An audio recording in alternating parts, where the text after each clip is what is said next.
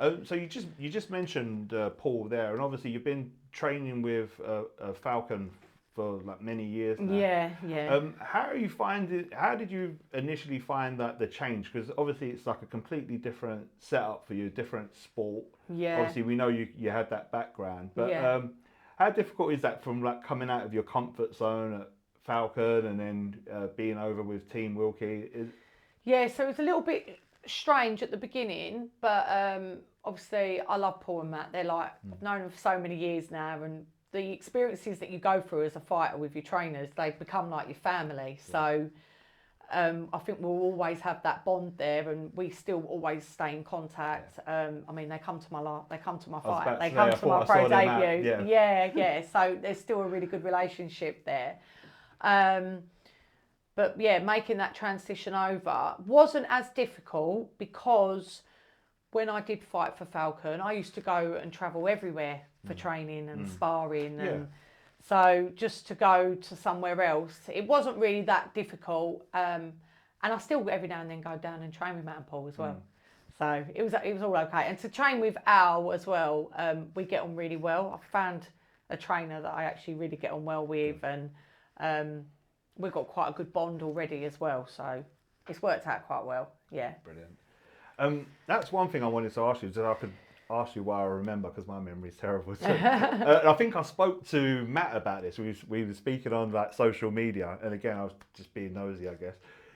I remember, I don't know if this was during the pandemic or coming out of the pandemic, I remember seeing some posts of you. I don't know if you posted maybe a bit of both, but I know Matt definitely posted. You was doing some jiu-jitsu.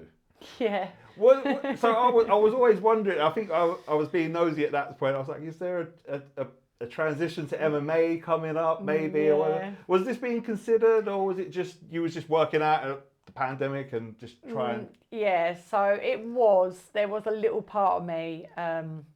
Again, Matt had seen some of the girl fighters in MMA and stuff like that, and the like recognition they were getting at the time as well, when you had like the Ronda Rouseys and he said, I think like you're an aggressive fighter, you should maybe try and give it a go. And obviously with the gyms being quiet and stuff, there was a few one-to-ones out there that he was doing with this guy, and his son was doing it with him, and he said, I think you should come along. Yeah, so I gave it a go. It's very, very hard. And then all I did, this is going to sound really silly, all I did was do a roly-poly in a warm-up, and I really damaged my neck. Yeah, and I couldn't move my neck for about 2 weeks. It was really like, do you know, like if you have a car accident or something, you jar your neck, whiplash, and I literally was like this. I couldn't move my neck at all. And my sister really made me laugh. She was like, we're going to do a photo as a family, and we have no problem with you fighting or doing your kickboxing or going boxing, but we really don't want you to do MMA. Yeah. I mean, I think she was only joking, but she even said to me down to the point of, I'm not even going to look after the kids if you need to go to training if you do MMA.